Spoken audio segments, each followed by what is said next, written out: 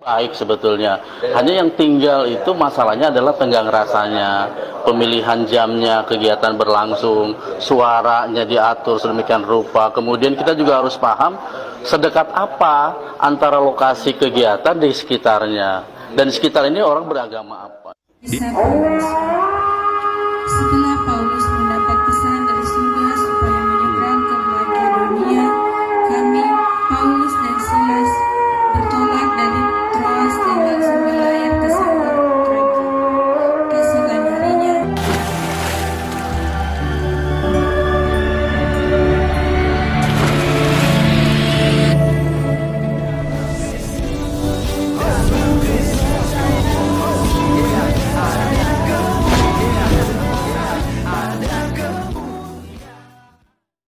Salam Elechem Bisem Yeshua HaMashiach. Pada video kali ini kita akan menanggapi Kemenak yang tentu saja memberikan pendapatnya mengenai intoleran yang terjadi di Tangsel. Ya, beberapa waktu yang lalu di mana mahasiswa-mahasiswi melaksanakan doa rosario. Doa rosario itu adalah doa Maria yang dilakukan dari rumah ke rumah. Lalu dilarang oleh ketua RT Diding. Lalu kata Kemenak bahwa makanya gitu ya. Makanya kan orang Kristen juga lihat-lihat gitu ya. Lihat-lihat situasi gitu ya. Lingkungannya beragama apa begitu. Kemudian jam berapa kegiatannya. Wah, ini sangat tidak pantas seorang pemimpin mengatakan demikian. Karena teman-teman sekalian, pengajian bahkan ajan 5 kali sehari saja, yaitu bagaimana Pak Kemenak? Nah, oleh karena itu teman-teman sekalian, ini menarik untuk kita bahas dan komentari. Ya, mari kita dengarkan dulu apa yang disampaikannya berikut ini.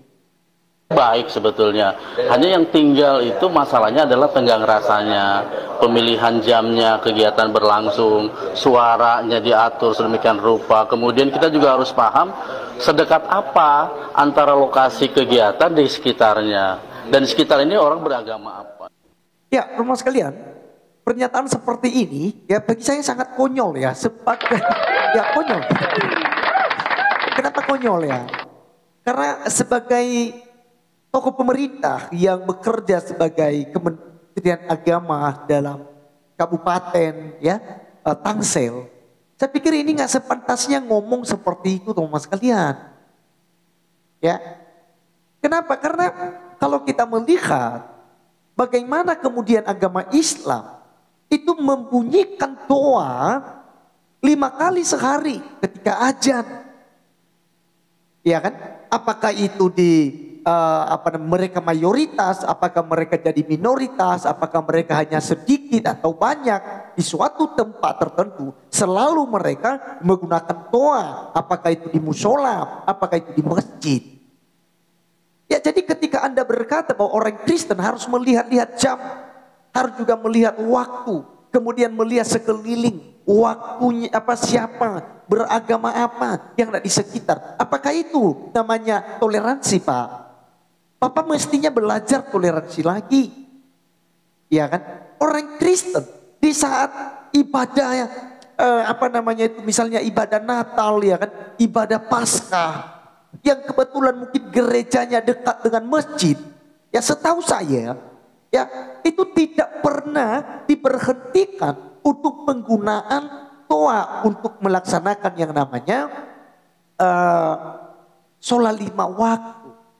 Kalau sudah jamnya tetap dia bunyi, sekalipun orang Kristen sedang beribadah, merayakan hari besar keagamaannya. Tetapi orang Kristen tetap toleransi, Pak. Orang Kristen tetap menghargai.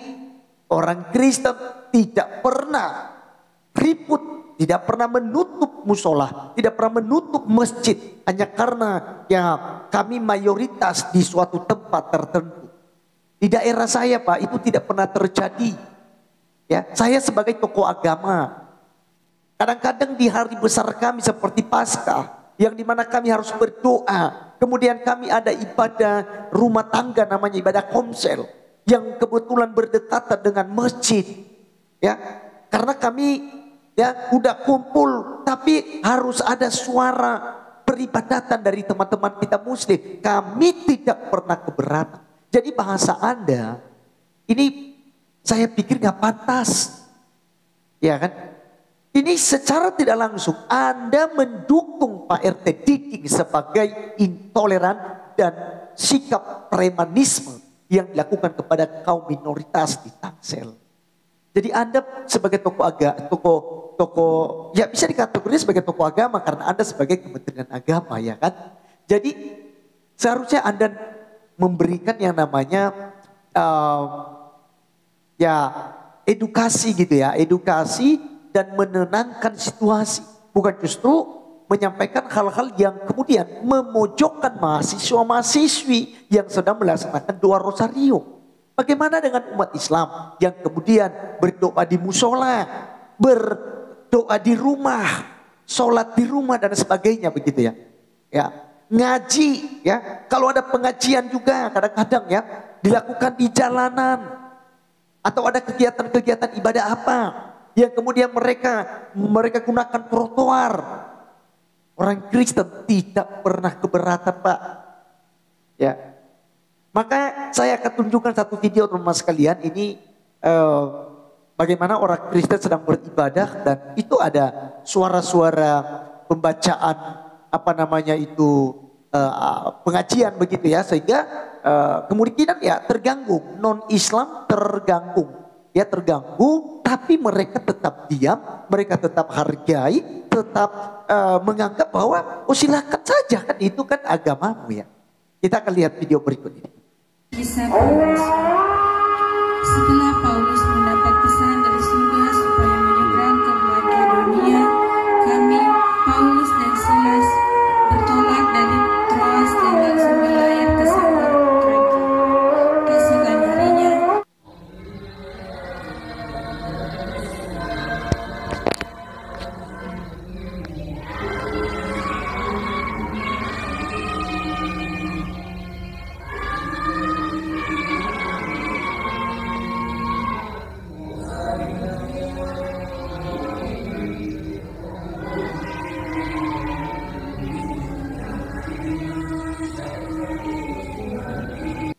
Oke, teman-teman sekalian, itulah yang kita sudah saksikan bersama. Dan teman-teman sekalian perhatikan bagaimana orang-orang Kristen kemudian tidak terganggu loh dengan suara toa, dengan suara dari masjid begitu, atau dari musola, ataupun dari suara pengajian. Orang Kristen tidak merasa terganggu, kok biasa-biasa aja. Ya kan? Jadi kalau Anda berbicara harus lihat-lihat dulu. Apakah umat Islam melihat-lihat keadaan kami juga? Ya kan? Jadi seharusnya kalau Bapak sebagai tokoh agama, Kementerian Agama yang kemudian Bapak ini merangkul gitu ya, mengayomi semua agama, maka tidak pantaslah Bapak menyampaikan hal-hal demikian tadi. Karena itu sama saja ya menyalahkan ya umat Kristen atau mahasiswa-mahasiswa yang sedang berdoa di rumah, bukan di jalanan, Pak. Dan mereka bukan anarkis. Mereka tidak pakai toa, mereka tidak pakai pembesar suara lainnya untuk kemudian berdoa. Tidak. Doa rosario itu dilakukan dengan khusyuk. Mereka duduk tenang saling mendoakan. Ya. Dan itu tidak setiap hari.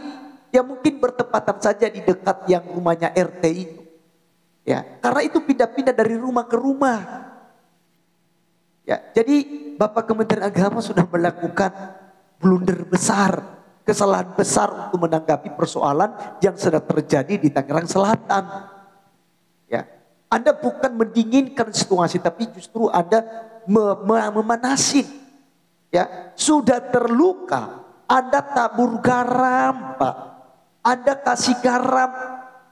Sudah terluka lagi, Anda kasih garam supaya makin perih.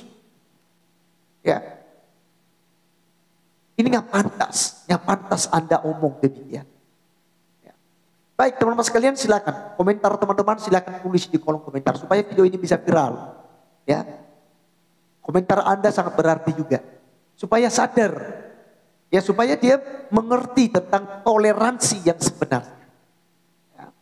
Sekian video kali ini, sampai ketemu di video berikutnya. Tuhan Yesus memberkati kita. Salam.